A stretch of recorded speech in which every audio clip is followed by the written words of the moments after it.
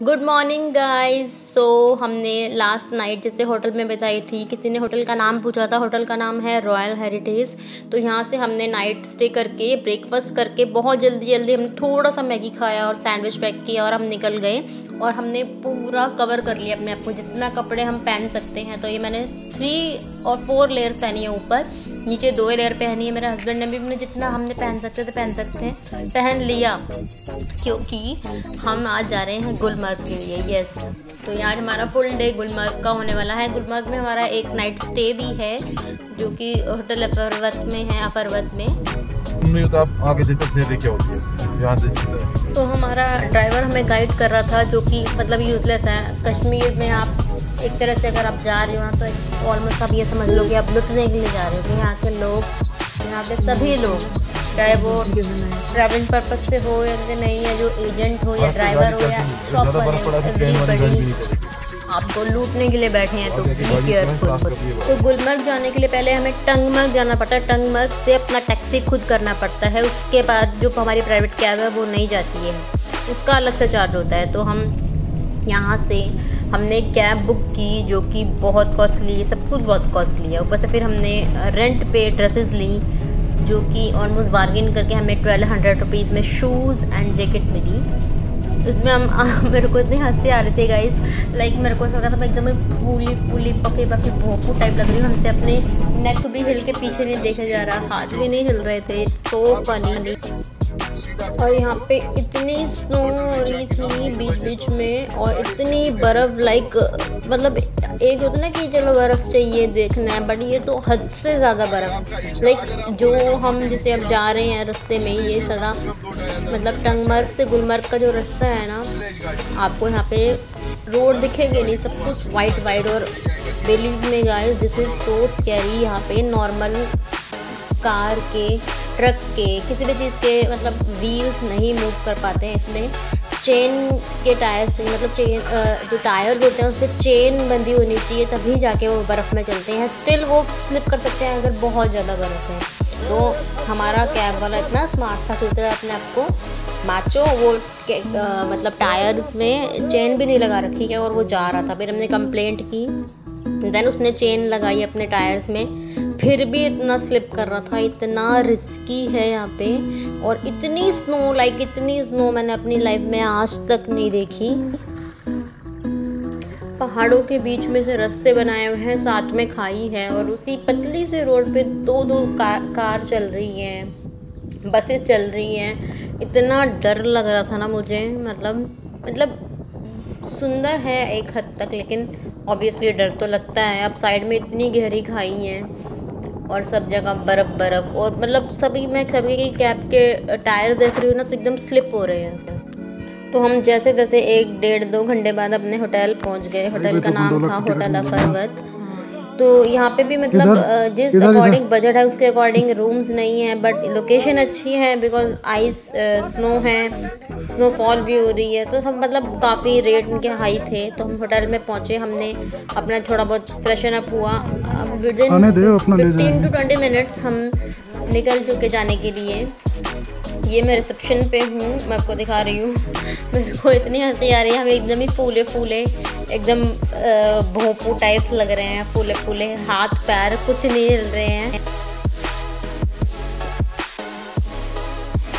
तो यहाँ से हम अपने होटल में चेक इन करके, अब मैं आपको रूम का व्यू दिखा देती हूँ। इस तरह से होटल है, बहुत छोटा सा रूम है, ज़्यादा कुछ नहीं है। जो नॉर्मल चीज़ें होती है वैसे ही है। एक सिंपल बेड है, छोटा सा टीवी है, वॉशरूम है, विंडो का व्यू है, एक अलमारी है, और हीटर ब्लैंकेट है, जो कि हर होटल में होती है इस टाइम पे।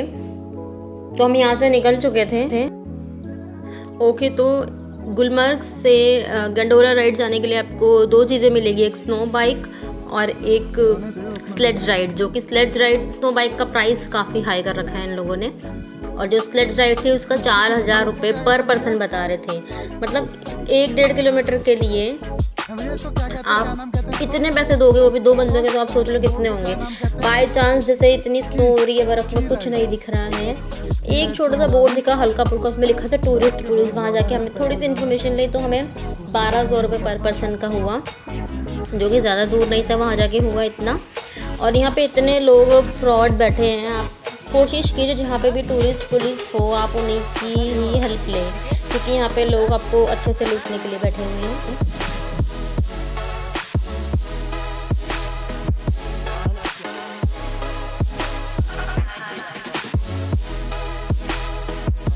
गाइस यहाँ पे इतनी स्नो है आपको कुछ नहीं समझ आएगा आप कहाँ जा रहे हो कहाँ चल रहे हो। बस हर जगह वाइट बर्फ़ की चादर लगी हुई है और एकदम रुई जैसी बर्फ़ है, ऊपर से स्नोफॉल हो रही है। मतलब ये चीज़ बहुत अच्छी थी। ऐसी चीज़ें कभी कभी ज़िंदगी में पूरी लाइफ में कभी एक बार देखने को मिल पाती है।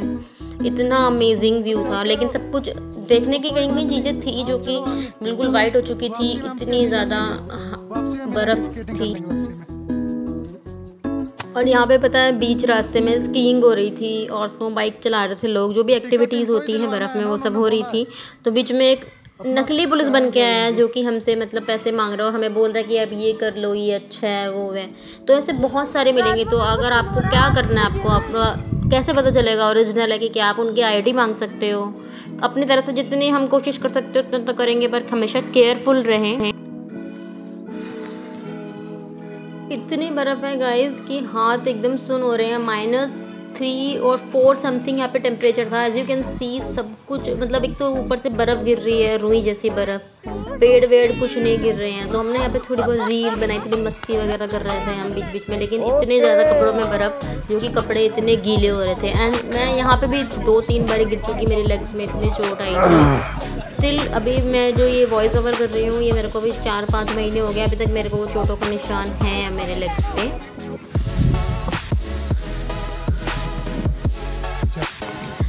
बर्फ़ में इतना स्लिपी होता है तो मैं तो एक एक कदम फूक कर रख रही थी, एकदम चींटी के चाल चल रही थी, जो कि बहुत टाइम था। लेकिन मतलब जैसे गिरने का बहुत डर है, लेकिन ये है कि ये तो सिर्फ एक प्लेन बर्फ़ है, गिरेंगे भी तो आप स्लिप होकर नीचे आ जाओगे, कोई बीच में पत्थर होंगे, लेकिन बर्फ़ इतनी मोटी है तो नहीं पता चल रहा है। मज़ा भी आ रहा था, ठंड इतनी थी एकदम कपकपाहट वाली, इतने कपड़े पहन रखे हैं, फिर भी मुँह पे हाथ तो चलो ग्लव्स थे, लेकिन ओवरऑल ठंड बहुत ज़्यादा थी। तो भैया लोग भी बीच बीच में थक रहे थे क्योंकि माइनस में टेम्परेचर था, इतनी ठंड थी, ऑक्सीजन की भी बहुत कमी थी, थोड़ी थोड़ी देर में ही सांस चढ़ रही थी। तो ये भी रेस्ट ले लेके चल रहे थे, ऑब्वियसली सब थकते हैं, तो ये भी रेस्ट ले रहे थे। और व्यू इस तरह का था जो कि अपने मतलब आपका तो पता नहीं, मैंने तो इस तरह का मूवीज़ में ही देखा है। इस तरह के पेड़ एकदम ग्रे और वाइट लग रहे हैं, ग्रीन जो होते हैं, इतना ज़्यादा धुंध टाइप लग रही है। धुंध नहीं है ये, एक्चुअली में बर्फ़ गिर रही है, स्नो एकदम कॉटन की तरह स्नो थी। मैं भी यहाँ थोड़ी बहुत मस्ती टाइम पास कर रही हूँ। तो अभी हमारी स्लेज राइड पॉज हो गई है, मतलब अभी भैया लोग बैठ गए। हम यहाँ से हमें बाय वॉक जाना है गंडोला राइड जहाँ से शुरू होती है वहाँ तक। हम जब फिर वापस आएंगे तो ये भैया लोग हमें पिक करके हमारे होटल तक छोड़ेंगे। तो अब यहाँ से हम जा रहे हैं और इतनी स्नो है और थोड़ी सी चढ़ाई है, तो पता ही क्या हो रहा है, कहीं कहीं लोग चढ़ के फिसल के वापस आ रहे हैं गिरते हुए। तो अभी मैं तो बहुत फूक के कदम रख रही हूँ क्योंकि मैं गिर चुकी हूँ, मुझे एक्सपीरियंस हो चुका है चोटों का।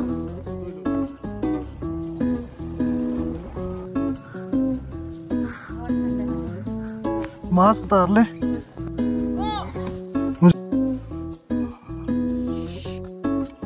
तो यहाँ से ये एक स्टॉपेज बनाया है, यहाँ से गंडोला राइड के लिए हमें जाना होता है। टिकट हमारा जो जिसने हमें यहाँ तक पहुँचाया है स्लेज राइड, उन्होंने हमारी टिकट बनवा दी थी, हमने पे कर दिया था उनको। तो यहाँ से अंदर जाना है। यहाँ का भी मतलब व्यू इतना ब्यूटीफुल है, लोकेशन इतनी सुंदर है, तो मैंने सोचा थोड़ी सी रील वगैरह बनाई जाए। आप मेरी रील्स मेरे को फॉलो कर सकते हो इंस्टाग्राम पे, मैं वहाँ पे रील्स वगैरह डालती रहती हूँ। तो मैं वहाँ पे यही बना रही थी। अब थोड़ा सा मैंने फास्ट फॉरवर्ड कर रही हूँ वीडियो को कि यहाँ से हम एंट्री लेते हुए जाएंगे। टिकट हमारी ऑलरेडी हमने ले चुके हैं। मॉर्निंग में काफ़ी भीड़ रहती है तो हम थोड़ा सा लेट गए थे, तो यहाँ पे इतनी भीड़ नहीं थी। यहाँ पे सब कुछ अच्छे से प्रॉपर सिस्टम लगा रखे हैं। तो ये स्लेज राइड वाले भैया बता रहे थे कि अभी ये रिसेंटली बना है, इससे पहले इतना अच्छे से नहीं था। सब कुछ वुडन का बना हुआ है, सिटिंग अरेंजमेंट भी है, प्रॉपर कर रखी है यहाँ पे। पीछे चलने के चक्कर में यहीं रह जाएंगे हम।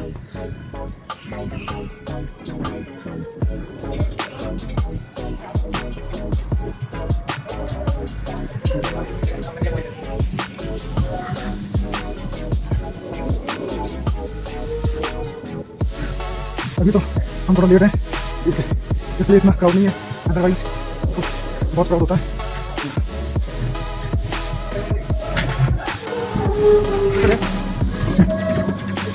अब हम यहाँ पे गंडोला राइड लेंगे। एक्सपीरियंस है, आपको ट्राई करना चाहिए इसका। पर पर्सन 800 रुपीज़ लगता है। ऑनलाइन बुकिंग भी होती है, आप ऑफलाइन भी बाई कर सकते हो। ऑफलाइन के लिए काफ़ी भीड़ रहती है, तो आप या तो अपने जो साथ में भैया हैं आपके, या तो गाइड हैं, या फिर स्लेड्स राइड वाले भैया हैं, वो आपकी हेल्प करते टिकट लेने में। या यहाँ पे बहुत भीड़ रहती है मॉर्निंग में। आप व्यू देख सकते हो कितना प्यारा है। हम इतनी हाइट पे हैं और बर्फ़, स्नो इतनी ज़्यादा ऊंची है, इतने फीट तक बर्फ़ हो रखी है।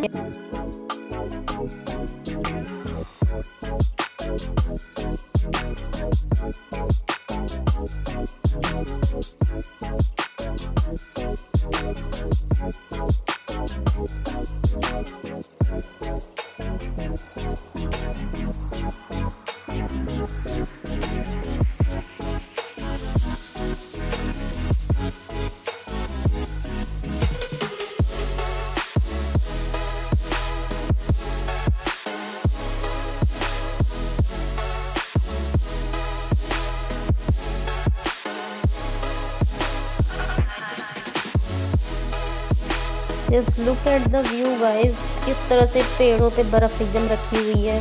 जो भी घर हैं वो सब ढक चुके हैं। इतनी ज़्यादा ऊंची ऊंची फीट तक बर्फ़ ही बर्फ़ है, और साथ साथ स्नो भी हो ही जा रही है। और मतलब गंडोला राइड में एक तो डर लग रहा था, लेकिन बहुत मज़ा भी आ रहा था। इतनी ऊंचाई से ये सब चीज़ें देखना, ये भी एक अलग एक्सपीरियंस है।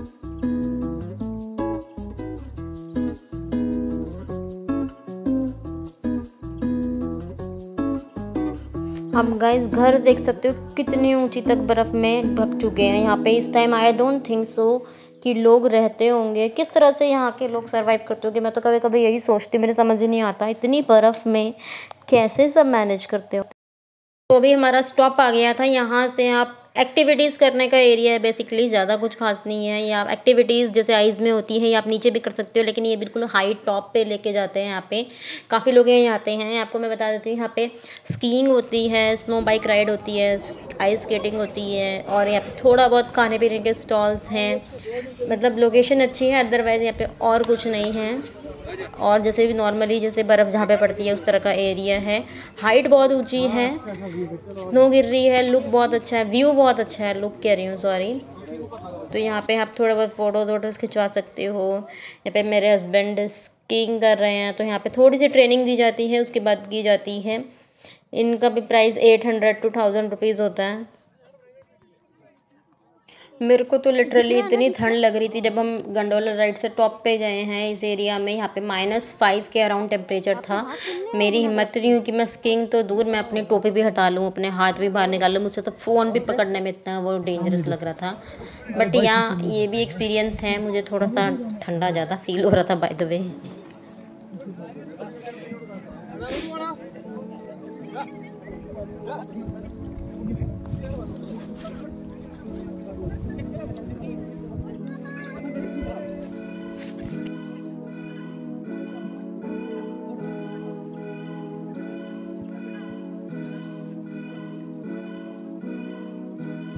Two hours later.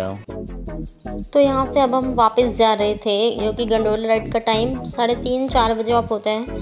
यहाँ पे जो लोग खड़े पता नहीं वो कैसे जाएंगे, बट हमें तो बोला था कि 4 बजे तक आप वापस आ जाओ। तो हम यहाँ पे अराउंड 3:45 हो रहे थे, तो हम ऊपर जा रहे थे वापस गंडोला राइड अपना पकड़ने के लिए।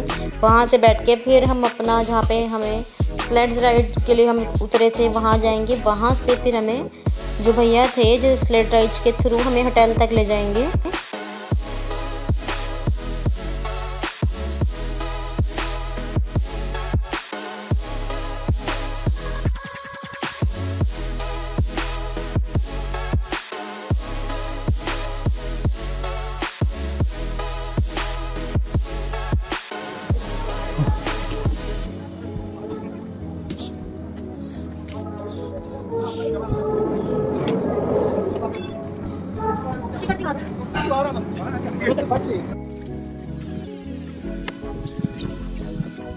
तो वापस हम गंडोला राइड के थ्रू नीचे तक आ गए थे। आप बर्फ़ देख सकते हो गाइस, कितनी ऊंची तक बर्फ़ आ रखी है। सब कुछ बर्फ़ ही बर्फ़ में कवर हो चुका है, इतनी तगड़ी आइस फैली हुई है। तो हम यहाँ से अब तक नीचे आ चुके थे और मैंने ज़्यादा इतना कैप्चर नहीं किया क्योंकि वीडियोस बनाने के चक्कर में हम जो मेन चीज़ है, जिस चीज़ के लिए हम आए हैं, वो एक्सपीरियंस हम कर ही नहीं पाते हैं। नहीं, चिल्ला के देख ले। मोटा मोटा इतना भारी बर्तन खरीद लेके उसके बाद 10 किलो की कपड़े लेके चल पड़ी है ये। मोटर देखना, ऊपर से नीचे ना आ जाना। इतनी मेहनत ऊपर जाने में लग रही है ना, उससे कम मेहनत लगेगी नीचे आने में। तो इधर थोड़ी सी चढ़ाई थी तो हमने भैया को बोला भैया रहने दो, हम खुद ही पैरों से चल लेंगे क्योंकि इधर खींचने में थोड़ी ज़्यादा मेहनत लगती है और जो थोड़ा सा स्लिप रहता है डाउन ऊपर से नीचे तक, वहाँ पे हम अपना हल्का सा धक्का देते हैं तो हम फिसलते हुए जाते हैं। हम अपने पैरों से ही चल के आ गए थे। बीच में जाते टाइम भी हम काफ़ी टाइम बीच बीच में पैरों से चले थे। तो हम अपने होटल तक पहुँच गए। ये स्नो बाइक है जिसके बारे में बता रही थी। ये है हमारा होटल। तो हम यहाँ पे आ गए थे। हम हमारे कपड़े पूरे गीले हो चुके थे। लाइक कुछ भी ऐसा नहीं होगा कपड़ा जो बचा होगा, सब ही गीले हो गए थे क्योंकि बर्फ़ उस टाइम तो लगती नहीं है, स्नो रुई रुई, लेकिन जब बाद में वो मेल्ट हो जाती है अपनी बॉडी पे तो एक एक कपड़ा गीला हो गया था। तो रूम में जो हीटर था उसी पे ही हमने रख के अपने बचे कुछ जो कपड़े थे वो सुखाए।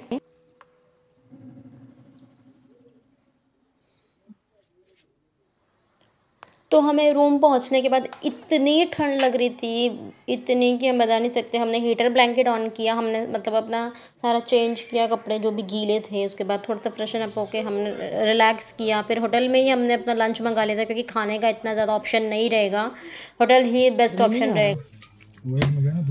तो ये यहाँ पे वाइड नहीं गया। होटल का डाइनिंग एरिया है, काफ़ी सारी फैमिलीज आ रखी थी। यहाँ के घर सारे वुडन के होते हैं जो कि गर्म रहते हैं, ऑब्वियसली स्नो वाली जगह पे वुडन के ही होते हैं।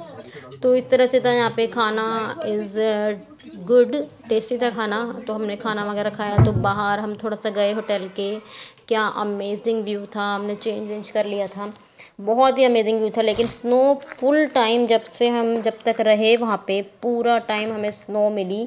काफ़ी सारी रील्स बनाई है मैंने, इंस्टाग्राम पे डाली हुई है। तो नेक्स्ट मॉर्निंग, अर्ली मॉर्निंग, हमारा ड्राइवर ने हमें बता दिया था कि आप जल्दी तैयार हो जाना तो ताकि हमें रास्ते में कोई भी ट्रैफिक ना मिले क्योंकि यहाँ पे 10-11 बजे के बाद काफ़ी ट्रैफिक मिलता है। मतलब 2-2 घंटे लाइन में लगना पड़ जाता है, कार लाइन में लगी रहती है लंबी लंबी। तो हम अर्ली मॉर्निंग ब्रेकफास्ट करके चले गए थे। आप व्यू देख सकते हो कितना अमेजिंग है, बर्फ़ गिर रही है, एकदम क्रिसमस ट्री लग रहा है। ये जैसे टीवीज़ पिक्चरों में दिखाते हैं उस तरह का था, बहुत ही अमेजिंग व्यू था। तो हम अपना गुलमर्ग से अब जा रहे थे हम वापस, और बीच में टंगमर्ग में एक बहुत ही beautiful scenario, like breath taking view था वो। इतना सुंदर, इतनी खूबसूरती मैंने अपने लाइफ में नहीं देखी कभी। तिरंग वाटरफॉल। आप कभी भी कश्मीर जाओ गाइस, आपको कोई भी सजेस्ट नहीं करेगा, कश्मीर के लोग स्पेशली वो आपको सजेस्ट नहीं करेंगे वहाँ जाने का, क्योंकि उनको वहाँ पे कमीशन नहीं मिलनी है बेसिकली। तो उनको वहाँ पे ले जाना, वो वहाँ पे सजेस्ट करते हैं जहाँ पे उनका फ़ायदा हो, उनका बेनिफिट हो। तो तिरंग वाटरफॉल है, ये बीच में रास्ते में ही पड़ता है। मैं आपको अभी दिखाऊंगी वीडियो के ज़रिए। इतना अमेजिंग व्यू है, उसको मिस मत करना कभी भी जाओ कश्मीर गुलमर्ग तो ज़रूर तिरंग वाटरफॉल के देख सकते हो किस तरह से, मतलब पहाड़ों से गिर भी रही है और एकदम क्लाउड्स भी एकदम नीचे आ चुके हैं, एकदम धुआं धुआं सा लग रहा है कई कई जगहों में। ये एक्सपीरियंस भी बहुत अमेजिंग है। तो यहाँ से हम गए तिरंग वाटरफॉल की ओर। तो बीच रास्ते में हमें थोड़ा सा ट्रैफिक जैम मिला, जो कि स्टार्टिंग ही थी, तो हमें यहाँ पे अराउंड हाफ एन आवर लगा। तो मैंने छोटा मोटा सा शूट कर लिया था अपने रील्स के लिए। बहुत ही अमेजिंग व्यू था, काफ़ी लोग उतर के शूट कर रहे थे, तो मैंने भी बस जस्ट कर लिया था।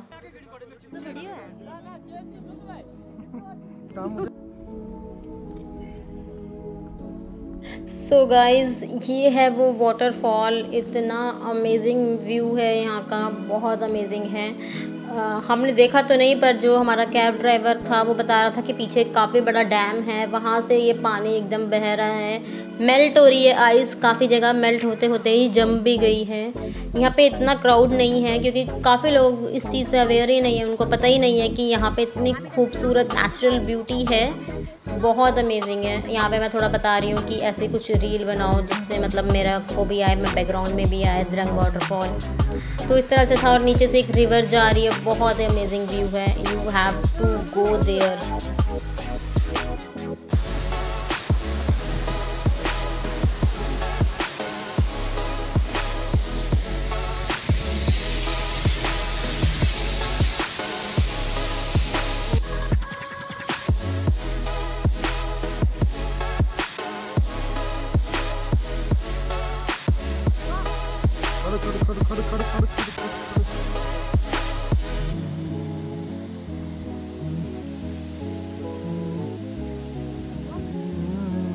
तो यहाँ से हम फिर वापस श्रीनगर चले गए थे। हमारा पुराना कैब ड्राइवर ने हमें पिक कर लिया था। तो हमारा लास्ट डे जो था वो हाउस बोट पे था।